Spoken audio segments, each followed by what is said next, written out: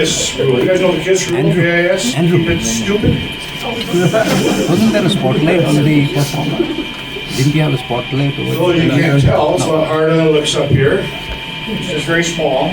But I'm excited. I'm excited to be here. You didn't laugh, sir. A little too close to home?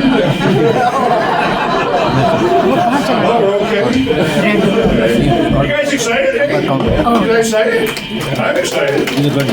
You guys nervous? Andrew's nervous. He does not scream as comedians.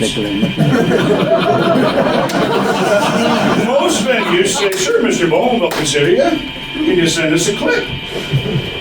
I don't know about you guys. Anybody here have a clip of themselves masturbating? Anybody? No, just me? Well, I don't have it to send to people. It's because I'm committed to my craft. Right? I've studied it. I've been walking around the house for 3 days with this banana, pretending it's a mic, studying the film of me as I breathe, as I groan, as my face scribbles up, just in case I get an audience that doesn't turn me on and I gotta fake the orgasm. Right? That's commitment. You women know what it's like. Right? You gotta scream and shiver at just the right time, don't you? So I grew up in one of those homes that was kind of like the Cleavers, believe it or not. I'm like the black sheep in my family. I really, really am. When I was 5 years old, we actually had a vote in my family. There was a picture of a little Native Indian girl on paper. We got to have a vote if we could adopt her. And of course, all us kids, I had a brother and a sister at the time, we all shot our hand up, yeah, let's bring her in. So my new little sister came to play. And guess what? We didn't play cowboys and Indians anymore. They took my cowboy hat away. I got to keep the guns because they gave us cop hats. We could play cops and robbers now. Guess who was the robbers? Like, I'm not sexist and I'm not racist, but my brother and I were the ones with the guns. So my sisters were the robbers. A couple years later, guess what we got to do? We got to have another vote. We brought in an African Canadian. No more cops and robbers. We got a basketball hoop. They didn't take our guns away. They treated us the way the government treats us. They distracted us with a whole bunch of toys and our guns just disappeared. All of a sudden we didn't have them anymore. My dad was a disciplinarian in the family. I don't know, most families, right? Dad's a disciplinarian. I came home in grade 9 with a C report card. He not happy. I got grounded from the phone for the whole weekend. Doesn't sound serious, does it? Guess who wasn't grounded from the phone? Dad. Here's how the calls went. I'm sorry, Bethany, Jeff can't come to the phone. He was grounded this weekend. He wet the bed again. Yeah, you didn't come home with any C's after that. Right? That summer, my dad said I'd get a part-time job. And so I had a buddy that was working at the Ponderosa. You guys remember the Ponderosa Steakhouse? I had a buddy working at the Ponderosa, so he brought me home an application, right? I was filling it out and I got to this one word. I actually didn't know the definition of the word. So I was on the way to the dictionary, and unfortunately, I passed father. He said, where are you going, son? I said, I'm just going to look up something. He said, what are you looking up? I'll give you a hint. I said, well, I don't know what spouse is. He says, you don't know what spouse is? I said, no, I've never heard the word before. He says, that's your buddy that gave you the application. He's your sponsor. He's your spouse. I put Peter McGilvery's name on my application as spouse. Unknowingly, right? A few days come by, and Peter comes up to me and goes, he said, right?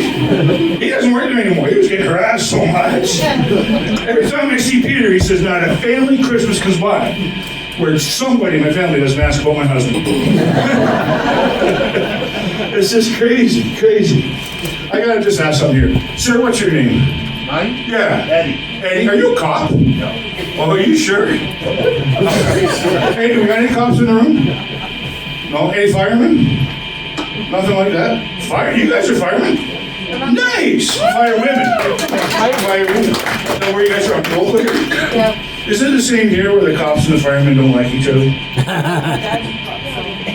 So you don't like him, but he likes you. Yeah. Well, I thought for sure that you were a cop. Like, I was going to come up there and go, that's why I love to do cops. I love to play this prank. You guys smell bacon? Anybody smell bacon? No? And I pull out a bag of bacon. Oh shit, wrong bag. Hold that. I do, I have bacon. I have bacon.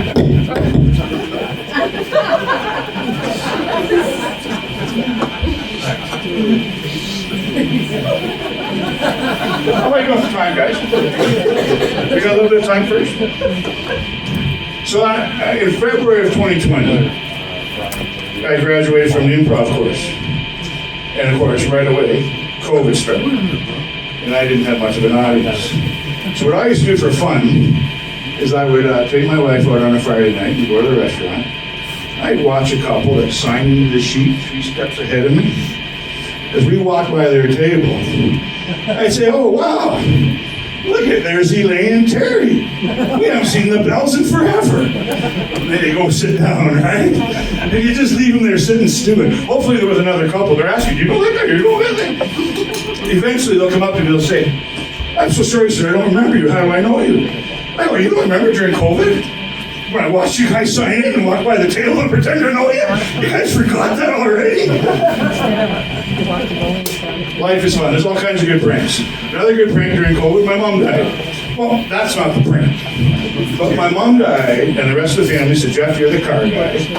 Can you get rid of the car? I said, sure, I'm the car guy. I'll get rid of the car. I happened to be living at the time in a retirement community.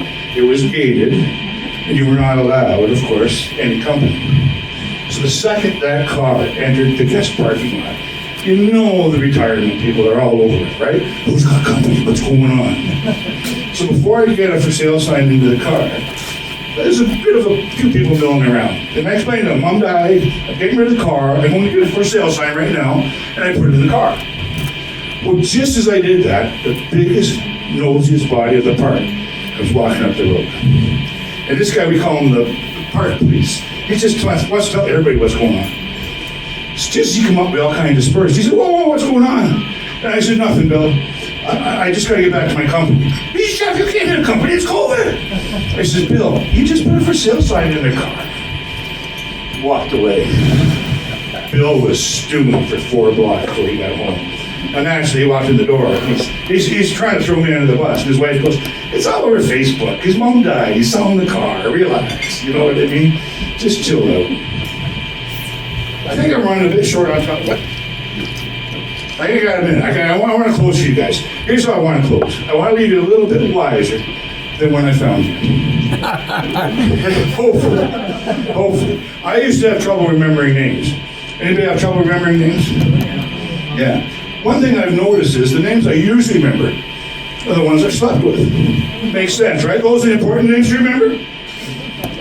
So when I first got here, week 1, I got sat down with a couple of nice ladies. Their names are Mary Ann and Sandy.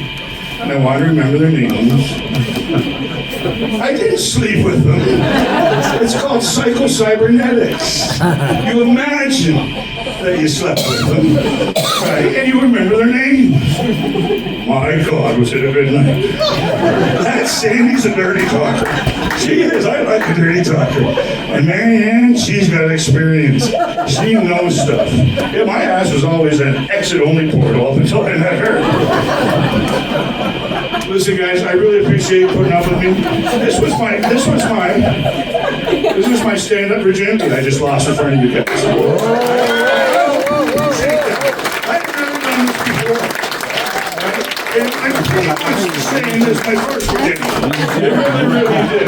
Doesn't matter how much you practice at home by yourself, right? I shot my wad early, and now we have this awkward silence amongst us.